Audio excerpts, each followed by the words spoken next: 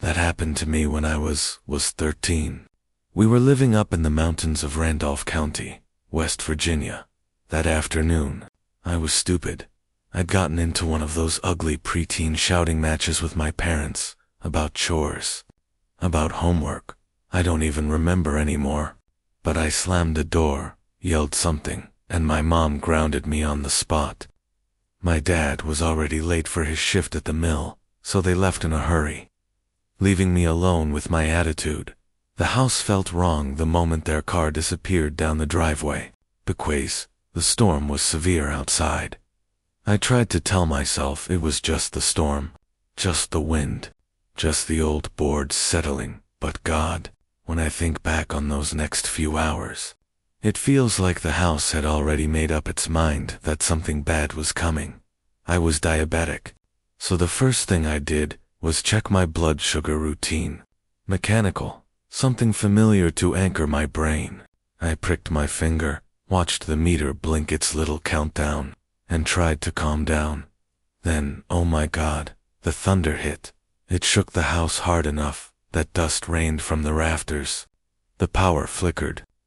The meter in my hand beeped, and my blood sugar was dropping, not dangerously low, but enough to make my anxiety spike. I grabbed a juice box from the kitchen and headed upstairs, planning to ride out the storm in my room. That's when I noticed the bathroom door at the end of the hallway was open. Not wide open, just the tiniest bit. Like someone opened it with their fingertips and stopped as soon as they saw light.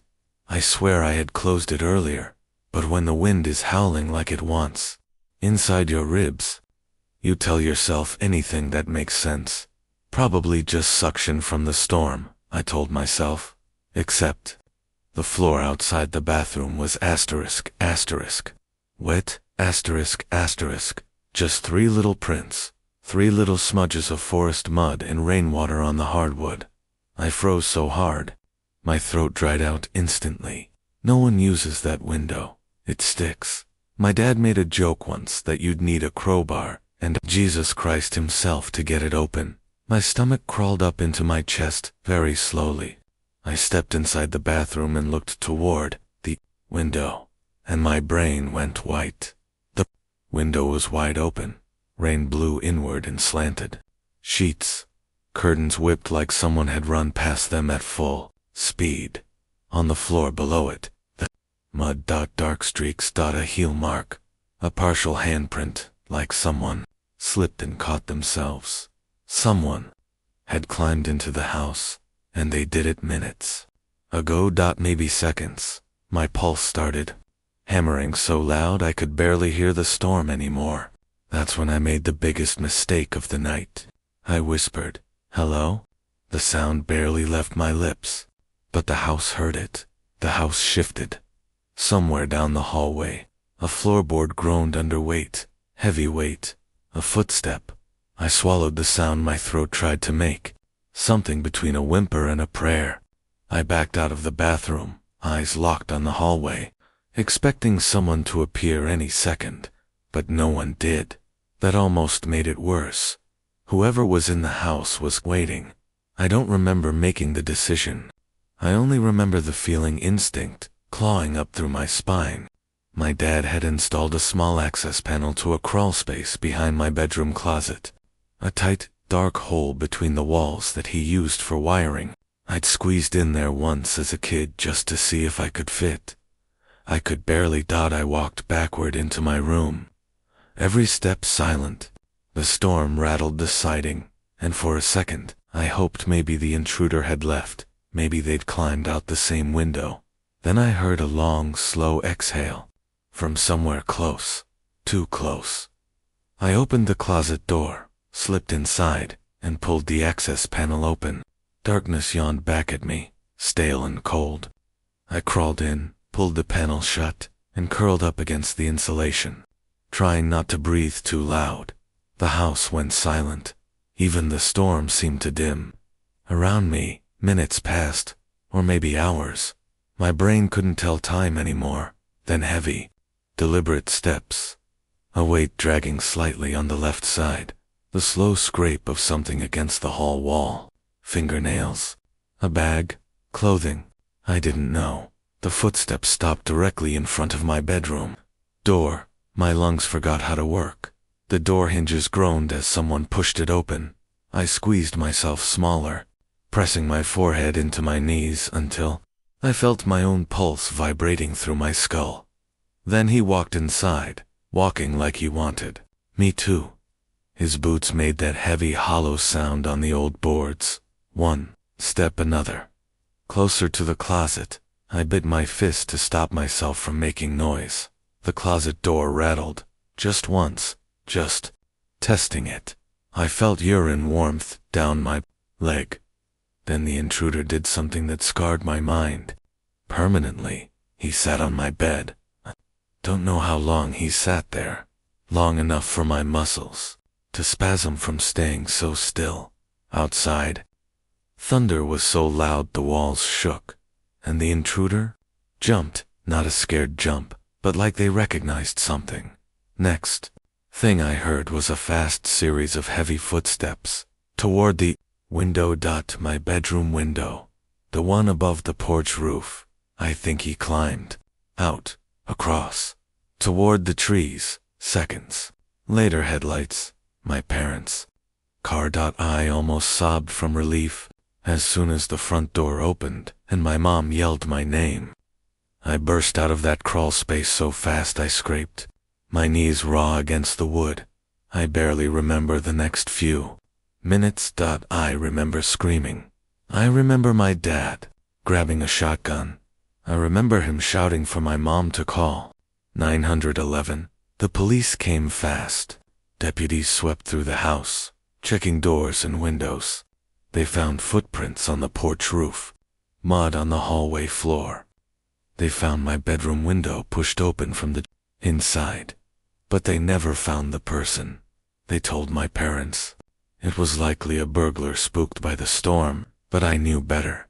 That person wasn't there to steal anything. Were looking for me. I never thought something like this could happen in my own backyard. I'd always assumed the worst stories belonged to the cities, the dark alleyways, or the internet, but not here, in the middle of the Appalachian Mountains, where my kids and I were supposed to be safe. My name's Mark, and I live in rural Pennsylvania. It all started just a month ago. My ex-wife and I have 2 kids, Lily, my daughter, 11 years old, and my youngest, Owen, who's 5. We split 3 years ago. The breakup was peaceful, civil. Even we both just knew it was time. But with 2 kids involved, you learn real quick that your own feelings don't matter as much anymore. Their safety, their stability, that's all that counts. After college, I moved back to Pennsylvania. I wanted to be close to my parents without being on top of them, and I found a restored cabin located deep into the woods. But that's exactly what I wanted. That summer, Lily came to stay with me for a week to prepare for her taekwondo belt test. I loved having her around. Those first days were perfect. We hiked, we played, we laughed, but there was something I didn't notice at first. Owen had always had a vivid imagination.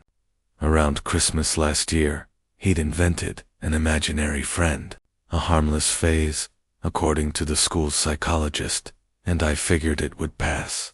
But now, as I watched him in the yard, I noticed he kept glancing toward the shed behind the cabin. He'd whisper to someone no one else could see, and when I asked who it was, he froze. "The one who lives here with us," he said. I chalked it up to imagination at first, but there was something about the way he said it, something wrong. I started paying attention, watching him. When he was outside, I'd peek through the window. When he was in his room, I'd linger by the doorway, trying to catch a glimpse of this mysterious friend.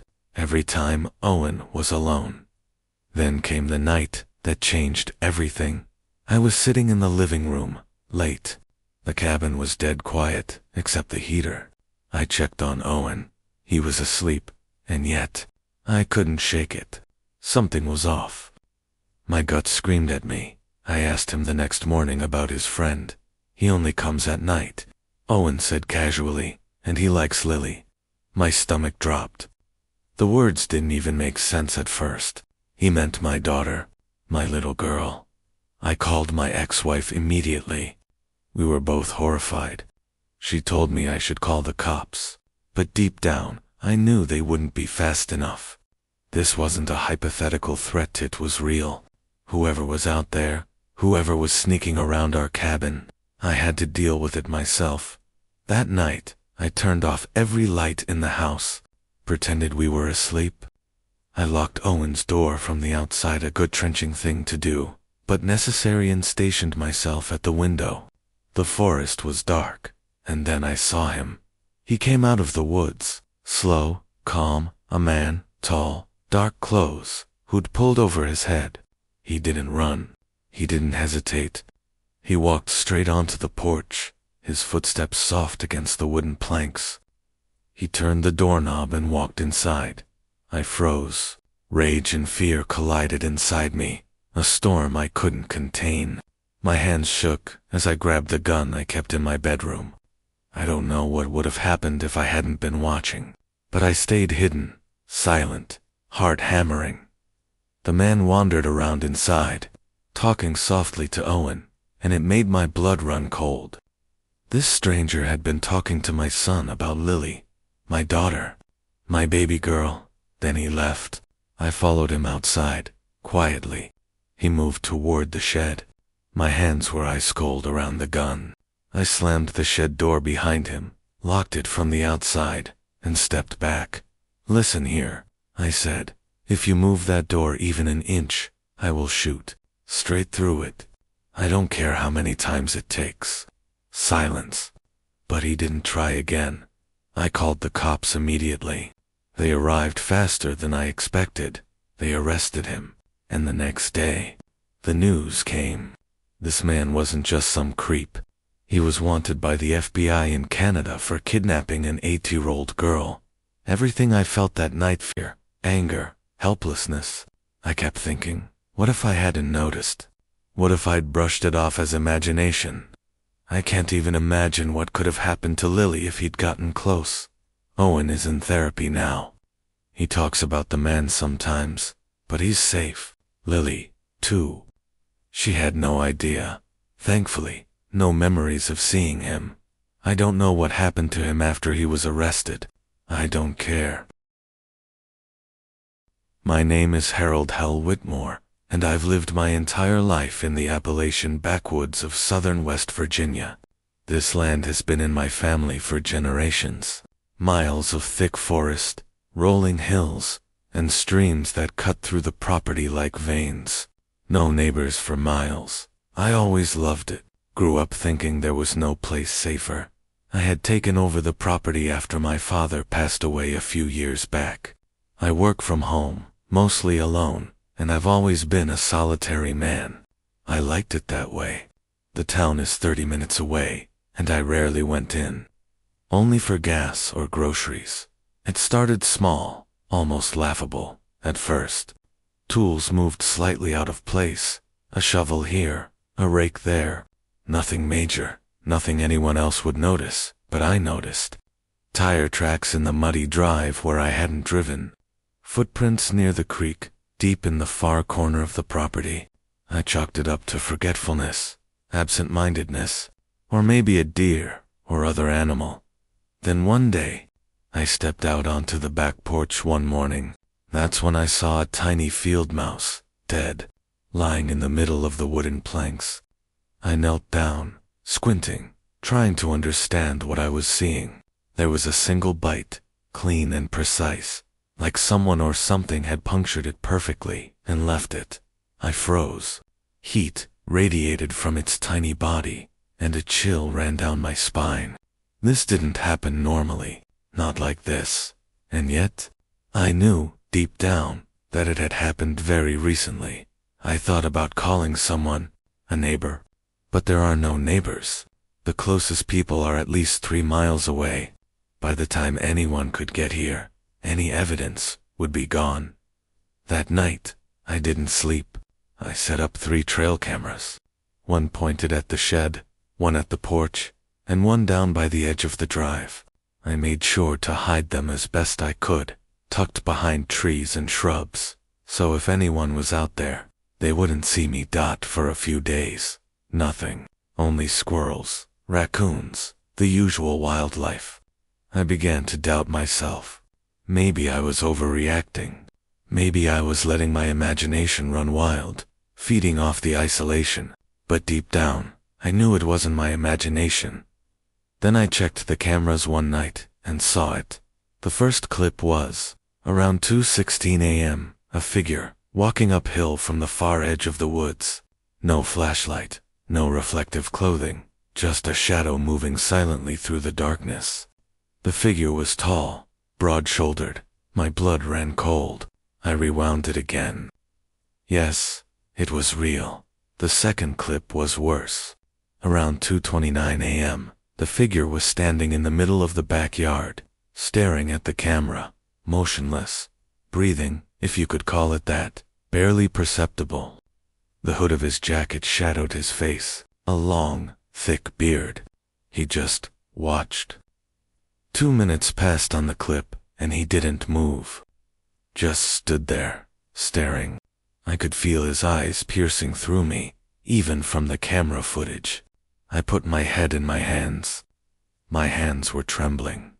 The third clip was something I'll never forget. Around 3:03 a.m., he was eating. He was tearing into a squirrel fur, blood, and all just gnawing on it raw. There was no hesitation, no mess. My mind screamed that this wasn't normal, not natural. I didn't sleep that night. I paced the cabin, doors locked, windows bolted. My phone sat on the counter, but I didn't dare call anyone. The idea of someone being that close, watching, waiting, was unnerving beyond words. Over the next week, I drove into town and bought better cameras, motion sensors, even a couple of infrared lights I could hide in the trees. I laid out traps not deadly, just to alert me to any movement. Days turned into weeks. The man didn't come back. Not once. The footage didn't show him. The traps didn't trigger. Nothing. Weeks later, I caught a glimpse of movement, far in the distance, between the trees. I froze. My breath caught in my throat. But when I focused, there was nothing. Living out here, you get used to the isolation. Later, I began to patrol the property more regularly. Months have passed since I last saw him. The traps never triggered. The cameras never caught him again. Maybe he left. Maybe he died. I don't want to find out. I grew up in a little town. I've been dating Emily. We'd been together since high school, 5 years in total, and I couldn't imagine life without her. If she said she'd be somewhere, she was there, without exception. That night started normally. I was at my small kitchen table, chopping vegetables for dinner when my phone buzzed. Asterisk, leaving now. See you in a bit.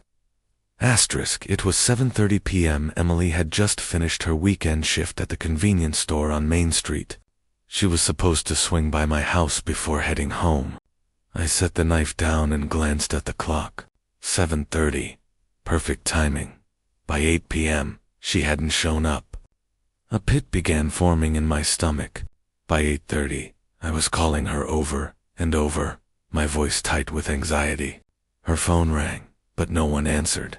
Panic started settling in. Emily never left anyone hanging, and this town's small, sleepy, almost suffocating in its quiet. A few months back, a man had been arrested for harassing a local waitress. My stomach knotted even tighter. I couldn't wait anymore. I grabbed my keys and drove. I scoured every street, thinking maybe her car had broken down, or maybe she had run into someone she knew. But even if that were the case, she would have called. She would have sent a message. I could feel my heartbeat hammering in my chest. By midnight, I had driven every known road. The panic was no longer something I could manage. I went to the station. Mike, the cop on duty, was one of my best friends. He'd known Emily since high school. She was probably with a friend, they said. Or maybe her car broke down somewhere. But Mike insisted on checking a few spots I hadn't reached. 2 hours passed. Nothing, not a single sign. The officers were about to give up when the radio in the patrol car crackled. Car found. Outskirts. Old Mill Road. Looks like hers. My heart froze. Old Mill Road was an abandoned stretch, the thickest part of the hills. Nobody used it anymore. We drove there into the darkness. Emily's car was there, as Mike had said. The doors were locked, the headlights off. Nothing seemed out of place. But then I saw her phone, still lit with missed calls, lying on the passenger seat. Her keys were in the ignition. No one was there, and then the drag mark. A long dark streak on the dusty road led into the dense forest beyond. My stomach turned to lead. The cops shouted at me to stay back, but I couldn't. I grabbed a flashlight from my car and headed down the trail. I walked barely 20 minutes before the trail vanished, and then I heard a rustle, something quick and deliberate. To my left, my breath caught in my throat. Someone was out there. I pointed the flashlight toward the noise, but I saw nothing. Then, he appeared. A man, maybe in his 30s, standing 30 feet away, perfectly still. I froze, rooted to the ground. He took a slow step forward. My mind raced. He had her. He knew where Emily was. And now, he was toying with me. Voices dash, shouts, dash, from the distance. He hesitated, weighing something only he could understand. Then, in a blink, he vanished. A cop came running moments later, breath ragged, gun drawn. They had found her. Relief and terror collided in my chest. Emily was halfway down the trail, slumped against the roots of a fallen tree. Her eyes were glazed, unfocused, her arms covered in strange symbols, into her skin with some dark ink. Her clothes were damp. I wanted to scream at her, shake her awake, demand answers, but the fear and horror left me numb. They rushed her to the hospital, an hour away. She spent 2 days under observation. She was drugged. Her body had these markings, but she was alive. Beyond that, nothing. She remembered leaving work, walking to her car, and then? Nothing. The man who had taken her, whoever he was never caught. We never learned what the symbols meant. Emily survived. That's the miracle. The trail into the forest that went nowhere. And the symbols? Those goddamn symbols. I'll never know what they meant. I'll never understand what he wanted.